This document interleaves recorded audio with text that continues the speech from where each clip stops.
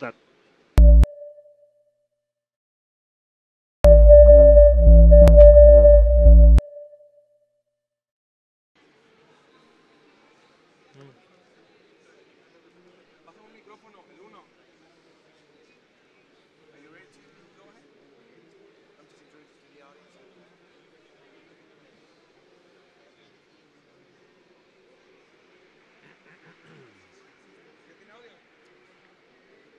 Uno, probando. Campuseros, ¿ya están listos? ¡Woo! Se viene la siguiente presentación. El siguiente ponente va a hablar en inglés. Si requieren sus traductores, pasen acá por ellos. Con ustedes está Mikko Hypponen, experto en seguridad. Un aplauso, un aplauso. Thank you. Buenos dias, campuseros! I am Mikko Hypponen, and we'll be spending the next hour speaking about things that matter to every single one of us. We'll be speaking about digital freedom. We'll be speaking about online crime. We'll be speaking about governmental surveillance on all of us through the internet. And I've spent my life defending the internet. I started analyzing viruses 23 years ago. And I'll tell you what, 23 years ago, online security problems and viruses, they looked quite different. And I'll show you what they looked like. Because when I started analyzing viruses, they looked like this. These are some of the earliest viruses I ever analyzed. Because when I started virus investigations, they were spreading worldwide on floppy disks. Because we had no internet, we had no email, we had no web. But we already had viruses and Trojans. And now it might seem almost funny that viruses spreading on physical floppy disks could have become a global problem, but they did. So the very first virus for PC machines was a virus called Brain. And I analyzed Brain when I was a young virus researcher. One of the things I found out from within the code of the Brain virus was that it had, in the middle of all the code, this snippet of text. In fact, if you look at this code dump of a boot sector of a floppy infected by Brain, you'll actually see that here it says, "Welcome to the dungeon." And then it lists an address, a street address, a physical address in the country of Pakistan, in the city of Lahore. So 3 years ago, on the 25th anniversary of this virus, of the first PC virus, I decided to go there. So in 2011, I actually took the plane and I flew to Lahore, to Pakistan. And I went through the city searching for the street address, and I found the street. And I went to this street number listed inside the virus code, which is right there. So this here is 730 Nizam Block, Allama Iqbal Town. That's the address listed inside the first PC virus. So I knocked on the door. You want to guess who opened up the door? The door was opened by the two guys who wrote the very first PC virus 25 years ago. They are still there today. In here, may I represent to you, standing up, Basit and sitting down, Amjad. Basit and Amjad were the two guys who started the whole virus problem. Today, these guys are businessmen. They have nothing to do with malware anymore. But 25 years ago, they started something huge. By writing the first PC viruses, we entered the era of online security problems, online crime, and eventually offensive cyber attacks. So during these years, we've seen massive shifts in how malware operates, how it spreads. But the biggest change I've seen during my years has not been a technical change at all.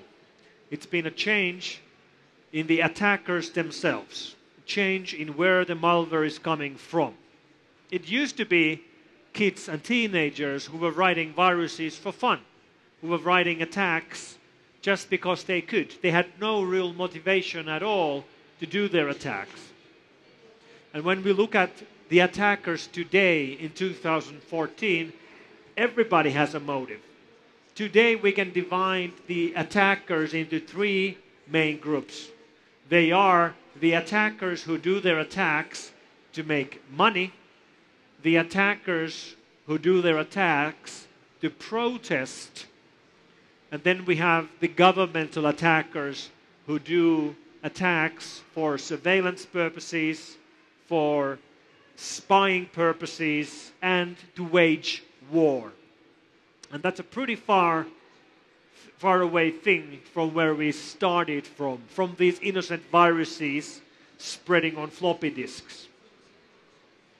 Now, criminals are actually fairly easy to understand. If somebody can make a lot of money by writing viruses, it's no surprise that it's going to happen. So we see malware writers from all over the world. And when you think about virus writers or online criminals, you probably have a stereotype picture in your head of what these guys looks like. So let me show you what online criminals look like for real. Here are some guys launching their attacks online and making money with it. Or guys like him, or this guy, or this guy, or this guy. These are all real-world examples of online criminals who are behind banking Trojans, ransom Trojans, keyloggers, and so on. And the money-making mechanisms keep evolving. We started seeing the first money-making malware 10 years ago, and it started with attacks which were combining sending spam to early viruses. But today, it's mostly about keyloggers stealing passwords, credit card theft done by recording your keyboard when you do online shopping, banking Trojans which steal money from your computer when you're in an online bank. When you're paying your bills, it sends the money to wrong accounts. But we are also seeing completely new kinds of money making, including Bitcoin mining or making money with attacks related to cryptocurrencies. So one particular problem we've seen lately are ransom Trojans. This here is called CryptoLocker. CryptoLocker is a Trojan which will infect your system, typically a Windows system, and then it will lock your system. Then it will show you this screen where it explains in detail that your machine has been locked and all of your files have been encrypted. And this is actually true. It has gone through your system and encrypted all the files with RSA 2048 encryption algorithm. It encrypts all your document files, your images, your text files, and so on. And now you have 72 hours to pay a ransom of $300. And if you actually pay the ransom, the criminals will actually send you a program which will actually decode the encrypted files. So at least they are honest criminals. But we of course don't recommend to anybody that they would actually pay the ransom. What we recommend is that, well, secure your system so that you don't get infected. And make sure you have up-to-date backups. If you get hit by a ransom Trojan like this, and you have backups from yesterday, why would you pay? You can just restore yesterday's backups and carry on. But surprisingly, many places don't have up-to-date backups. And it's not just home users getting hit by this. It's also corporate users and organizations. We had one case of a police station in the United States getting infected by CryptoLocker and having their network encrypted by it. And they didn't have up-to-date backups. So the police had to pay the criminals to get their files back.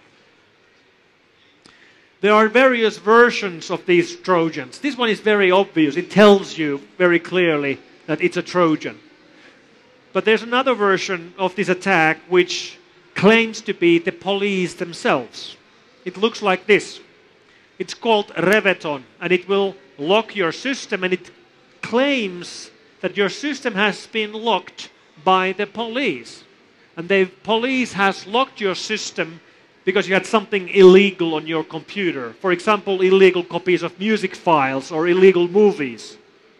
And now you have to pay a fine to get your files back. And if you pay the fine, they will unlock your system. But obviously, it's not really the police locking your system. And the easiest way to find out that it's not really the police locking the system is just by taking the infected computer and moving it to another country. Because this Trojan will automatically detect your country and it will change the language automatically. So if you take this infected machine out from the United States and you take it to France, now it's speaking French. And now it's no longer Barack Obama being angry on the screen. Now it's the French president on screen. And if you take the same machine to Saudi Arabia, it looks like this. If you take the same computer to England, it's the Queen of England being angry on your screen. Which of course then creates the question, what will it look like if you take this infected machine to Mexico? Well, it will look like this. And if you actually pay the fine, it will unlock your computer, but the money will not go to the police. It will go, in this case, to a Russian cyber gang, a cyber criminal gang, which has created the whole malware displayed here. So not everything is like it seems online. And these attacks have already moved from computers to phones. This is a Reveton Trojan, or actually, this is not Reveton, this is a Trojan called Browlock. A very similar Trojan, but it's no longer on your computer, it's now on your phones. So this actually works on Android devices. The idea is the same. It will prevent you from using your phone, and now you have to pay money to regain access to your own device. So we are seeing completely new platforms getting infected. It used to be very simple. This used to be a problem that only affected Windows computers. If you were running Linux, you had no problems. If you were running Mac, you had no problems. If you were running mobile systems, you had no problems. But this is no longer true. We are still finding most of the new malware on Windows computers. But number two now is clearly Android. Android has become a clear second place for malware that we find online. Then after that, there's a big gap. The next one is Mac OS X. But out of the mobile operating systems, Android is really the only one which has malware problems. If you're running Windows Mobile, no malware. If you're running iOS, so Apple iPhone or Apple iPad, no malware either, or very few cases. So why is Android the target? Well, Android is more open. It's more open on purpose. Windows Mobile and Windows Phone, as well as iOS, are very closed, very locked down systems. And the more open you have your systems, the easier it is to get malware inside of these systems as well. But I also wanted to speak about a guy who changed the world. This guy. His name is Satoshi Nakamoto. 5 years ago, Satoshi Nakamoto published a technical paper in an academic conference. And in that paper, he described this complicated algorithm which was maintaining something that he called a blockchain. And this algorithm would create a peer-to-peer network which could be used to move currency around. And the name of this paper was Bitcoin, a peer-to-peer electronic cash system. Satoshi Nakamoto is the inventor of Bitcoin. And digital currencies and cryptocurrencies have always had two main problems. Problem number one, how do you verify the transactions between the users? Problem number two, how do you inject new currency into the system without causing inflation? And Satoshi Nakamoto is a genius. He combined these two problems to solve the problems. In the Bitcoin world, when I'm sending money, Bitcoins, from my computer or from my phone to another user, it's sort of like sending email. If I have a person's email address, I can send him email from my machine. And he will receive it straight from my machine. Exactly the same thing with Bitcoin. If I have his Bitcoin address, I can send him money. And the transaction goes straight from my computer to his computer. There are no middlemen. There is no bank. There is no central bank either. Which then creates a question. If there is no central bank, how is the transaction verified? How do we know that I really sent real coins and not copied coins? Or how do we know I didn't send the same currency exactly at the same time to two different places? And the verification is done so that other users of this peer-to-peer network will use their computers to verify this transaction. So that's how there's no need for a central bank. But that creates a new question. Why would other people use their computers to verify this transaction? They don't even know us. Why would they use their computers to do it? And the answer is they do it because the algorithm rewards them with free Bitcoins as a reward for verifying transactions. So this is how Satoshi Nakamoto combined two of the most complicated problems we have in cryptocurrencies, and he solved the problems in the same run. So when people use their computers to verify transactions for others, this is called mining. And you've heard about Bitcoin mining. You know that people are using computers to mine for Bitcoins or other currencies. And when they're doing that, they are not just calculating stuff for fun. They're actually verifying transactions of other people. So the more people we have mining, the faster and more secure the actual transactions are. It's a very clever system. So, when Bitcoin was invented and started to get people interested into it, mining was very easy. You could just take a computer and put it online, verify transactions for other people, and you would easily earn dozens of Bitcoins, hundreds of Bitcoins. Easy. That was 5 years ago, or maybe 4 years ago. You could take the cheapest possible computer you could build, you know, a $50 computer, and leave it running online, and it would eventually gather enough Bitcoins to pay for itself, because it was a very cheap computer. You had to collect a lot of Bitcoins because they were almost worthless 4 years ago. But then they started gaining in value. And today, one Bitcoin is not worthless. Today, one Bitcoin is over $600. 2 years ago, one Bitcoin was $20. Now it's $600. A year ago, it peaked at over $1,000. And this means that people started getting interested into this weird thing called Bitcoin. And needy people wanted to interview Mr. Satoshi Nakamoto. So they went looking for Satoshi Nakamoto. And they realized that Satoshi Nakamoto didn't exist. There is no Satoshi Nakamoto. We don't know who invented Bitcoin. That's one of the mysteries in the whole system. What we do know is that he is genius. And he didn't just create Bitcoin, he created the cryptocurrency movement, which has now expanded way beyond Bitcoin. Now we have Litecoin, Dogecoin, Namecoin, Zerocoin, you name it. Many of the clones of Bitcoin are actually more advanced than Bitcoin itself. And it might not be that Bitcoin is the currency which is going to change the world, but it will be one of the sons of Bitcoin. So then the question becomes, what about online criminals? Are they interested in Bitcoin?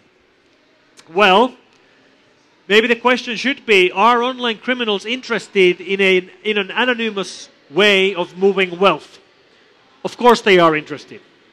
Of course they are. So we first started seeing Trojans which would steal digital wallets. So if you had bitcoins on your phone or on your computer, they would steal them. But very quickly we started seeing attacks which had nothing to do with stealing bitcoins, but instead of creating bitcoins. Now, mining for bitcoins has become so complicated that today you can't do it with your own computer. Today, you can go and buy a purpose-built Bitcoin mining rig like this, which is going to cost you $25,000, and you can use it to do nothing else than mine for Bitcoins. But still, it's powerful enough to pay itself back by doing enough mining. And you'll find data centers like this. This is the largest Bitcoin mining data center in the world, operated close to Washington, D.C. But what all of this means is that you can now, today, convert computing power into money. If you have lots of computing power, you can make money out of that. And that means that computing power doesn't necessarily have to be your own computing power. It can be somebody else's computing power. So we started seeing malware, which infected lots of computers to create botnets, which were then used to mine for cryptocurrencies. So today you'll find some infected home computer of some grandmother here in Mexico, and her home computer is mining cryptocurrencies for a Russian crime gang. That's what we're seeing today. Some of the largest botnets today are actually monetizing themselves by mining for cryptocurrencies. Typically, they're not mining for Bitcoin because Bitcoin is so hard to mine today, but they're mining for easier currencies like Litecoin or Dogecoin, which are based on easier algorithms like the S-crypt algorithm, which is much easier to do with home computers. 2 months ago, we found these programs. These are both mobile applications from the Google Play Store. The first one is called Songs. That's a free music application. And the other one is called Prize, which was an application for getting rewards. Both of them for free. You got them for free, no ads, no payments, nothing. And especially Songs was really valuable. It was basically a free music application. You had as much music as you wanted for free. Millions of songs. Which is really weird. Like, why would anybody give it out for free with no ads, no nothing? But if you actually went and read the license agreement for this application says that you grant the rights for this application to use your mobile phone's CPU without limits. So what this application actually did was that when you were not using your phone, and when the phone was plugged into a charger, it would start to mine for Dogecoins with your phone. That's how it was monetizing itself. Not with ads, not with in-app purchases, but by mining for Dogecoins with your phone. Very interesting idea. Google didn't like this idea. Google actually removed these programs from Google Play. But the idea is interesting. This might become a new way of monetizing applications. And when we think about the future, and when we think about the Internet of Things, we know that everything will be online. All the electronics, anything that runs on electricity will have computing power and will be online. Our cars already are. Our watches are getting there. Like, I have a Pebble watch right here, which means my watch has a CPU and my watch has an IP address. So then the question becomes, are these going to become targets of online attackers? Well, maybe they will be. So let's think about this. Why would anybody hack a car? Well, let's think about this. Who's interested in cars? Well, car thieves are interested in cars. Right now they steal cars by breaking windows and driving them away. But if they could actually open up the doors with a laptop and start the engine with a laptop, they would probably rather do that. So cars will absolutely be hacked by car thief gangs if they can steal the cars easier by hacking them. This will happen. All right? So will we see attacks against things like watches, smartwatches, or maybe household appliances like fridges and microwave ovens? Will that happen? Maybe, but it's going to be for different reasons. It won't be so that people could steal them like they will with cars. So how do you make money by hacking smartwatches?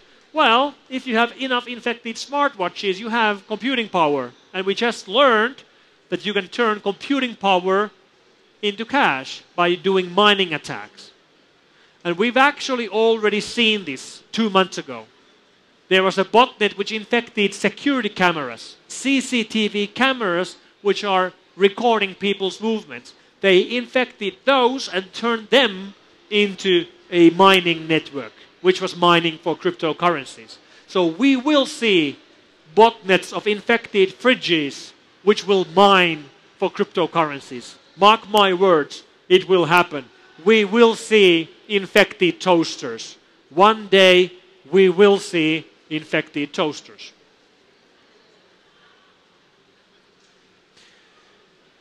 So what about then all these things that we've learned since last June? When Edward Snowden started telling the world about governmental surveillance, governmental cyber attacks, governmental control of the internet. Well, these things are now common knowledge. But just 10 years ago, it would have been science fiction. If somebody would have told me 10 years ago that by 2014 it will be commonplace for democratic Western governments to write viruses and trojans and backdoors and to deploy them against other governments, 10 years ago that would have sounded like science fiction. But today it's reality. It's happening right now. It's happening during our generation. We built the internet, but we didn't build the internet to be used as a surveillance machine or as an attack tool, but that's what it's being used for. And we have to be very careful about what we do with the internet, because these are the crucial years. These will decide what kind of an internet we will be leaving to our children. Do we want to leave them an internet built around surveillance and control? Or do we want to leave them with digital freedom, where they can be free online, create and communicate without being watched? It's up to us to decide. I know what kind of an internet I want. I want an open and free internet. I hope you want to have an open and free internet as well. So the first examples of governments entering this field was what happened with the Stuxnet worm. We learned about Stuxnet 4 years ago. Stuxnet was the first malware of its kind, infecting factory automation gear, in particular infecting these Siemens PLC boxes, which control factories around the world, including basically every factory here in Mexico. So Stuxnet was targeting the nuclear enrichment facilities inside Iran. Target was Iran, and the target was to delay the nuclear enrichment process there. And the way the attack was launched was that this malware was created together with the governments of the United States and Israel. And when we learned about this malware, and when we reverse engineered it and decoded the code structure, we had no idea what the target was. We had no idea that the target was Iran, and we had no idea where the malware was coming from. In the summer of 2010, we were just guessing. But we had one clue, because inside the code of Stuxnet, there's this fingerprint. There's this fingerprint of the factory that it's searching for. Because Stuxnet will do its damage only in one factory.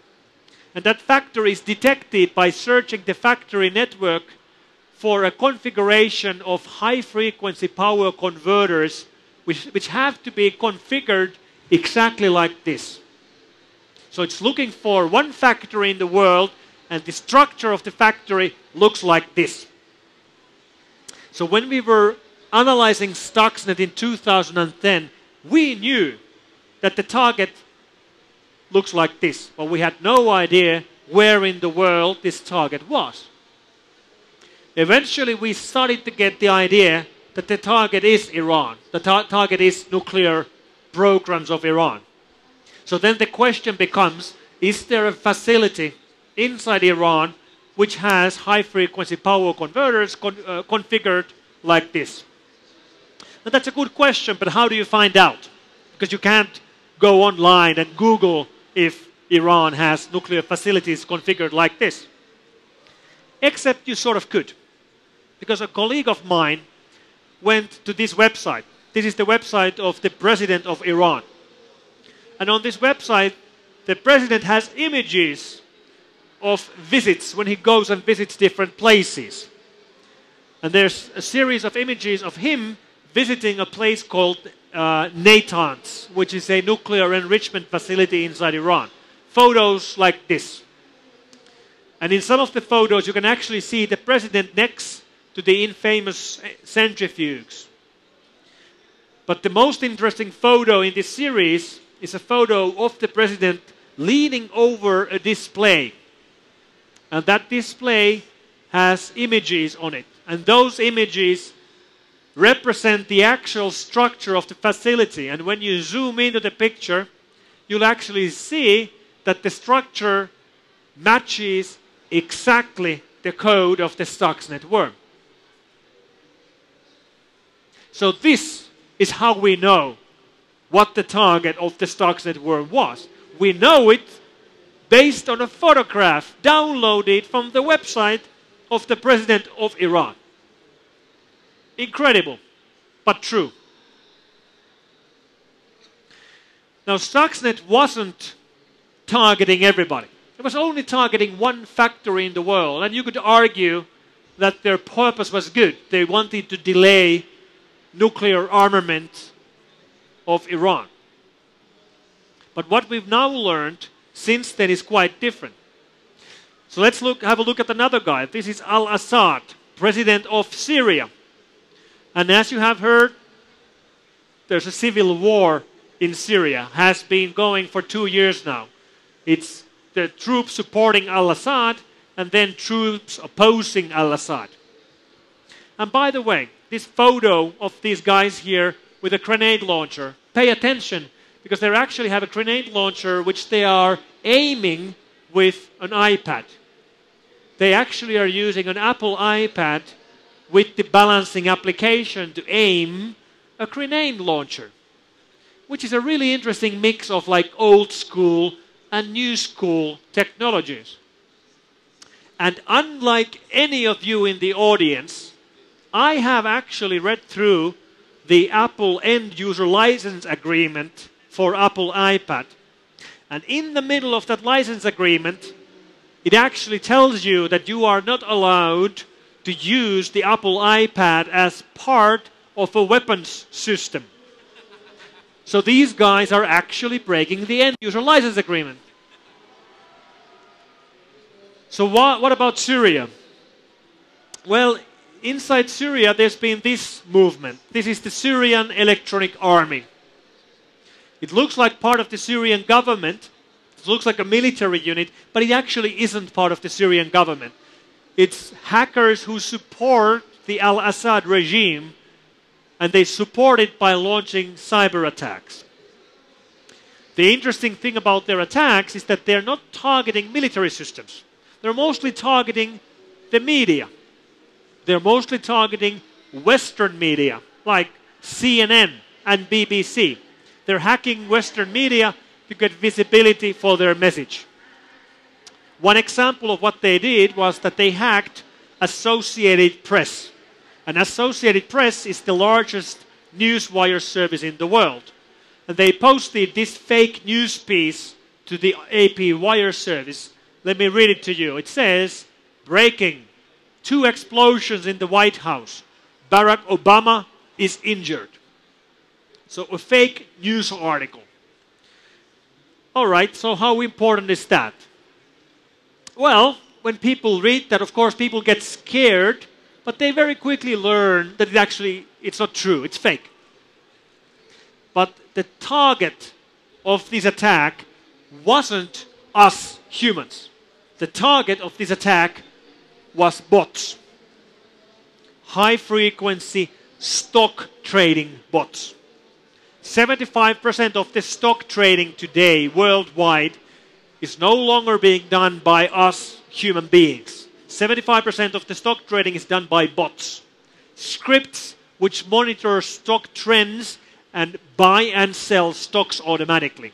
And they also monitor stock exchange releases of companies, and then they try to figure out automatically from those releases whether they are positive releases or negative releases, and then they buy and sell stocks automatically. And they try to do this very quickly. They try to do it faster than the competing bots. And they also follow news, like wire service Associated Press.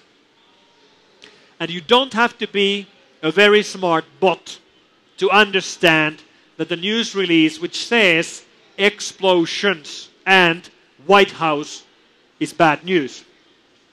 So when this news came out, these bots started to sell stocks. So let's take a look at the New York Stock Exchange on that day.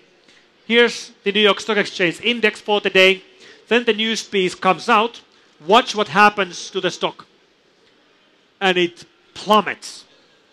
And then it recovers. For 4 minutes, it drops by 30%.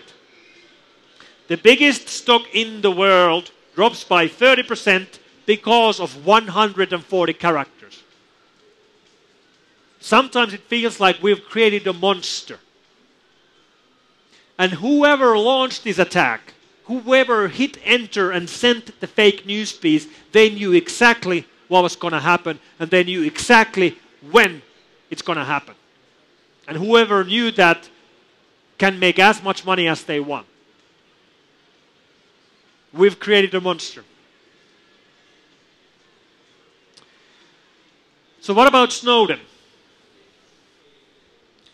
Well, let me say it out loud. Edward Snowden is a hero. Edward Snowden is a hero, and we should thank him.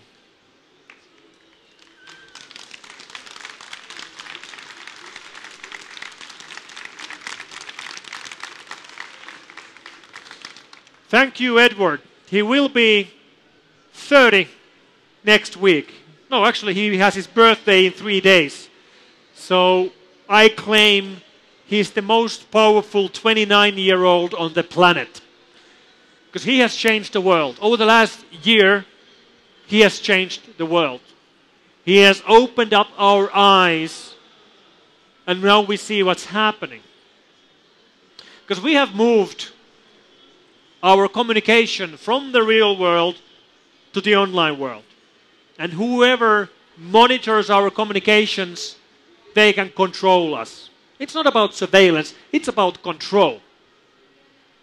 And whoever monitors the internet communications doesn't just know what we talk and who we speak with, they also know where we are, because we constantly carry these bugs on us, our mobile phones, which constantly report our location. Even worse than that, they know what we think. They know what we think because we tell them what we think. We tell them what we think through search engines. You know this. When you go to Google or Bing and you type something in, when you ask for questions, you're being completely honest. You ask search engine questions, the kind of questions you wouldn't ask anyone else. You ask them questions that you didn't dare to ask from your wife or husband or girlfriend or boyfriend. We're completely honest with search engines. We human beings, when we used to have deep and troubling questions, we used to go to the old wise men and ask our questions and seek for answers. Today, when we have deep and troubling questions, we don't go to the old wise men, we go to Google. We go to Google and we seek for answers. And whoever sees what we're searching for, they know us. And even if you think that it doesn't really matter because you're nobody special, you know, who's going to follow me? I have nothing to hide. Well, you know what? You know nothing about future. You might be someone who's important 20 years from now. I think most of you will be someone important. I hope all of you will be someone important in 20 years. And that means that the powers that be might very well want to have something to twist your arm. And if they have your communication for the last 20 years, if they have every single Google search you've done over the last 20 years, they certainly have something to use against you, to twist your arm. Something embarrassing, something incriminating, something bad. So it's not about whether we have something to hide, it's about privacy. And privacy is a human right. Privacy is a human right written into the United Nations Declarations of Human Rights. It's something we all deserve. And we shouldn't be giving away our rights and our privacy just because we today use the internet to communicate. So the programs like PRISM and X-Keyscore and Turbine, run by United States with its allies, give them global access to the communications of the world. And when they do this, they're doing nothing illegal. This is perfectly legal. It's perfectly legal because we foreigners have no rights in the United States. We have no privacy rights at all. So when we use American services or when our data travels through the United States, it's perfectly legal for them to track us, to collect that information, and to save that information. And that means that 4% of the planet controls the rest of the planet, the 96% of the planet. It's really easy to blame point the finger at the United States and blame them for rudely watching over the rest of the world, but it's actually more complicated than that. You could also blame ourselves. We could blame ourselves. Why are we using American services? Why aren't we using local services? Well, because we have no local services. Like, where are the Mexican search engines or the Mexican webmails or the Mexican cloud services? You know? We all use Google. We all use Facebook. We all use Amazon. We run Windows. We run iOS. They are the kings of the world because the products are great. And we aren't generating local alternatives. And we should. Smart, young people right here could make a difference, could create local services, could create competition, which would change the picture, which would no longer have this one central location on the planet where everything is going through. And when you look at the global cable maps, you'll see that the traffic flowing around the internet typically flows through the United States. And we could also argue that if there would be any other country, any other superpower in their place, they would probably misuse their power much worse. Imagine if China would have similar visibility on the whole rest of the world, they would probably misuse it much worse than what the United States is doing right now.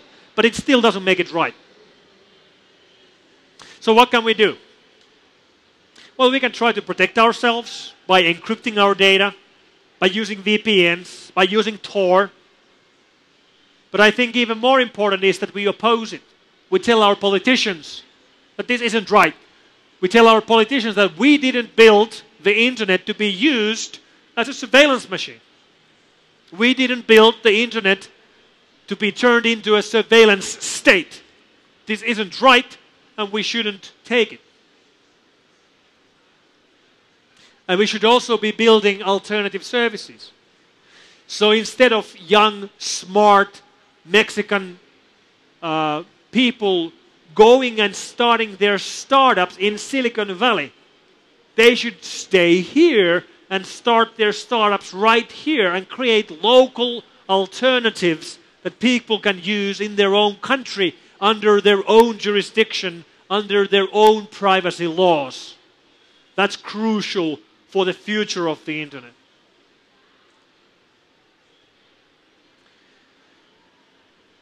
So the other superpowers wish they would have the kind of visibility USA has right now. Any single superpower you look at, they are already doing similar attacks. They are using the internet for espionage. They're using it for sabotage. They're using it to wage war. For example, with Russia, we've been tracking a massive amount of attacks over the last months happening in Ukraine because of the clashes that are going on right now between Russia and Ukraine.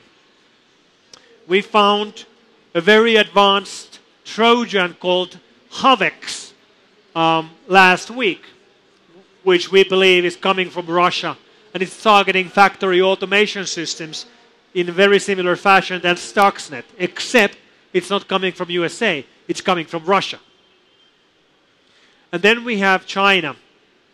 China was actually the first country to do offensive cyber attacks. We found the first espionage Trojans, which we believe were written by Chinese government almost 10 years ago. We know, for example, that some of these attacks are coming from this building. This is Unit 61389 in Shanghai. Operations of the People's Liberation Army, in which they launch offensive spying attacks against foreign systems, for example, against foreign defense contractors. Location of this building was released last year in a report published by a US research company. And when that information became public, CNN actually sent over a camera crew to shoot this building. And I have a video of that. Watch this. So this is CNN driving by the building, driving by this building of Chinese military. And as they drive by the building, they also drive by these 3 PLA officers. And one of the officers looks at the car and he sees the camera. And he starts running after the CNN car. So of course now the CNN camera crew gets worried. And then a second officer starts running after them. So now it looks pretty bad. Like, you are downtown Shanghai, you've just been photographing a military installation, and now you have 2 Chinese officers running after your car. It's not good. But after all, they are in a car, and those cars are running. So how hard is it to just, drive away? Well, it turns out that those guys are actually very good runners. They actually outrun the car. So I don't know what the Chinese military feeds to their officers, but they run like Terminators.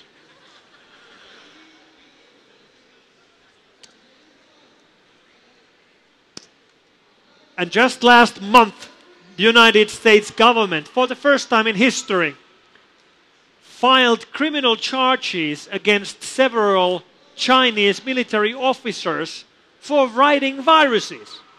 So one country charging military officers in another country's army, and the charge is malware writing Trojans and backdoors.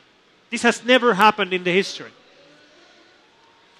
Now, nothing's going to happen because of this. I mean, China will, of course, never extradite their own officers to the United States to be tried for crimes. And I can guarantee that these guys will never be going for a holiday in Las Vegas. Because if they will not be coming back. So it's clear that governments are very active today in the online world, and they are launching the kinds of attacks which are completely out of scope of traditional attacks. Like, for example, this is from Snowden's leaks. It's an NSA attack which infects computers so that the malware will stay on the computer even if you format the machine. Even if you wipe everything, it's still infected. It works by infecting the flash BIOS of the hard drive. So even if you wipe the drive, the flash BIOS is still infected, and when you reinstall the operating system, it's going to reinfect the operating system. Or this, that's a USB cable, Trojanized USB cable designed by the NSA, which can be used to gain access to computers which are otherwise unreachable. So completely different kinds of attacks, the kinds of attacks we never even imagined. So how do you defend against attacks like these? How do you defend? Our customers ask me, like, how do you defend against that? And my answer is that, okay, it's different. If we think about criminal attackers and governmental attackers, it's like comparing real-world attackers. So a real-world criminal attacker would be a guy like this. You know, on the online world, guys who write Trojans that steal money from banks or who write ransom Trojans, their real-world equivalent would be a street robber. And we can defend you against these guys. We can block the banking Trojans, the credit card keyloggers, the ransom Trojans. We can stop this guy. But the governmental attacks that we see today, they don't look like this guy. They look like this guy. And if James Bond wants to kill you, James Bond will kill you. It doesn't matter if you wear a helmet or if you have a bulletproof vest. He's going to kill you anyway. Right? It's very hard to defend against James Bond. It's not impossible, but it's hard. So our best hope in defending against all kinds of attacks today is what I call digital judo. Digital judo is like real-world judo. In real-world judo, you use the attacker's own strength against him, his own power against him. We can do the same thing in the online world. We can do the same thing to block online attacks. For example, we already use digital judo in our security products through systems like reputation-based systems. An easy example would be that we track the popularity of applications, like which applications are very common and which applications are very rare. When you go to your computer and you boot up a web browser, let's say Firefox, you're not the first person in the world to run Firefox. 1 million people have run Firefox today. But if you get hit by a governmental Trojan, that's typically unique. It's tailor-made against you. It's encrypted differently for every victim, which means you will be the first person on the planet to run that program. And these attackers go to great lengths to make every single attack different, to encrypt them differently because they believe it's going to defend them. It's going to make it hard to detect. And we do exactly the opposite. We use the rarity of these applications to detect them and block them. We will block the application just based on the fact that we've never seen it before. If you're the first person on the planet to run a program, it's highly likely it's a bad program. So we take the attacker's own attack and we turn it around and we use it against the attacker. That's what we do. That's digital judo. And that's what gives me hope. And things like Campus Party give me hope. Thank you for being here. Thank you for being Campuseros.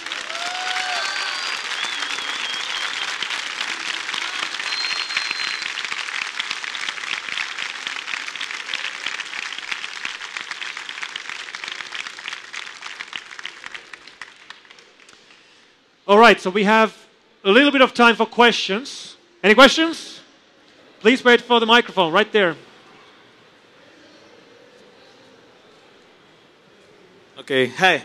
Hi. So, my question is, you say that we should create our own startups and start our own business and our own systems. But I think one of the most difficult challenges are that most data centers are actually in the United States. So even if we put our servers in here, actually the connection can't manage all the traffic inside of here, Mexico.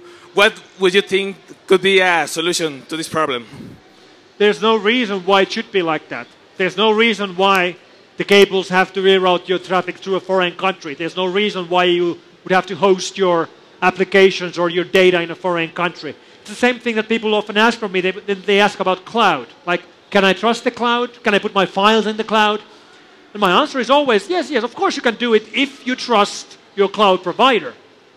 It's all about trust. If you have to trust the cloud provider, which means you also have to trust the government of the country in which your cloud provider is. So it's a matter of trust.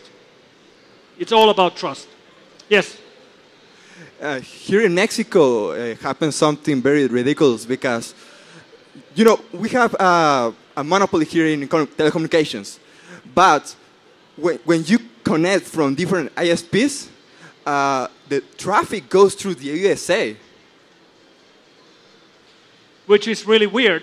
And Yes. it opens you up to do kinds of risks for no reason at all. It doesn't make any sense. I don't know the technical reasons for that, but whatever they are, it's not a very good idea. Exactly. No. Well, hi. My question is, after Snowden revelations, did you change your habits in using computers? And that's one question. And the other is, which is your truly and sincere vision about Mexico, about technology, about we are screwed or we are in a good way? Which is your conception about it? Snowden changed me, and Snowden changed our company. We are a security company. We've been in business for 28 years, and we've never changed as much as during the last year.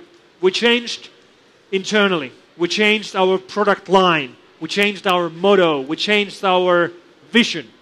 We saw ourselves as, we now see ourselves as a company which has an important duty for the rest of the world, because we are a security company which is not coming from the United States, which is not coming from Russia, which is not coming from China, which is coming from a neutral country. And that's what people are nowadays looking for. They're looking for solutions they can trust, and I believe we have solutions that people can trust. So it really had a big effect. And I look around here in Mexico, and I see great hope for your future, because you have so much skills in here, so many eager people to learn and to use their skills. You haven't been in a very good place for a long time. Your security situation with computers hasn't been very good at all. When you compare the amount of problems in the networks here to the networks in North America or networks in Central Europe, it's been much worse. It has been a question about user awareness, question of education, question of investments, questions of governmental guidance, but also other questions like, you know, for example, piracy, which has always been a big problem in here, creates problems for security. And I'm not really hunting pirates. I have nothing against pirates, but they do create problems. When you have pirated software, it's harder to patch it, it's harder to keep it up to date, and that's a problem for security. So they all add up together. So it's been pretty bad, but it's getting better. We have hope for the future, and with this kind of movement, these people, I mean, it's going to be great. Mexico has a great future ahead of you. Congratulations.